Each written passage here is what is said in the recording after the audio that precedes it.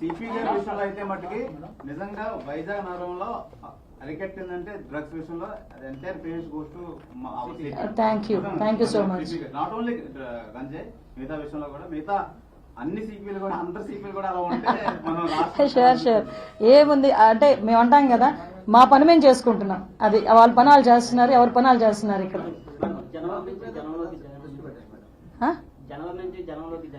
అప్పుడు పరదాలు కట్టడానికి ఎవడో ఉండడు, అసలు గుర్తుంచుకోమనండి. పోలీస్ డిపార్ట్మెంట్ వాళ్ళకి ఆరోగ్యశ్రీ నుంచి 10 lakhs అబౌవ్ ప్యాకేజ్ ఇచ్చారు. వైసీపీ గవర్నమెంట్ లో 1 lakh కి తగ్గించేశారు. సో చాలా మంది ఇబ్బంది పడుతున్నారు. లేదమ్మా, ఇందాకే దాని గురించి కూడా గౌరవ డీజీపీ గారితో కూడా మాట్లాడడం జరిగింది. ఆరోగ్య భద్రత ఆల్రెడీ వాళ్ళకు ఉంది. ఆరోగ్య భద్రతని ఎలా ఎన్హాన్స్ చేయాలి అన్న విషయం మీద కూడా మేము మాట్లాడుకుని వాళ్ళకి 2 లక్షల రూపాయలు ఏదైతే ఉందో ఆ 2 లక్షల రూపాయలకి ఇంకొంచెం పెరిగితే వాళ్ళకి కూడా ఇబ్బంది లేకుండా ఉంటుంది. ఆ పోలీస్ వెల్ఫేర్ గురించి కూడా ప్రత్యేకంగా మేము చేస్తున్నాం. మీరు మొన్ననే అబ్జర్వ్ చేస్తే ఒక జీవో కూడా ఇచ్చాం.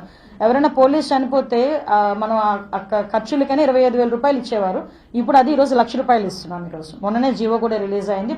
ఎవరైనా పోలీస్ డిపార్ట్మెంట్ వాళ్ళు చనిపోతే ఇమీడియట్ గా ఫ్యామిలీకి సమాధి ఖర్చులకి 1 లక్ష రూపాయలు ఇచ్చే పరిస్థితి కూడా కనిపిస్తుంది. ఓవరాల్ గా చూసుకుంటాం.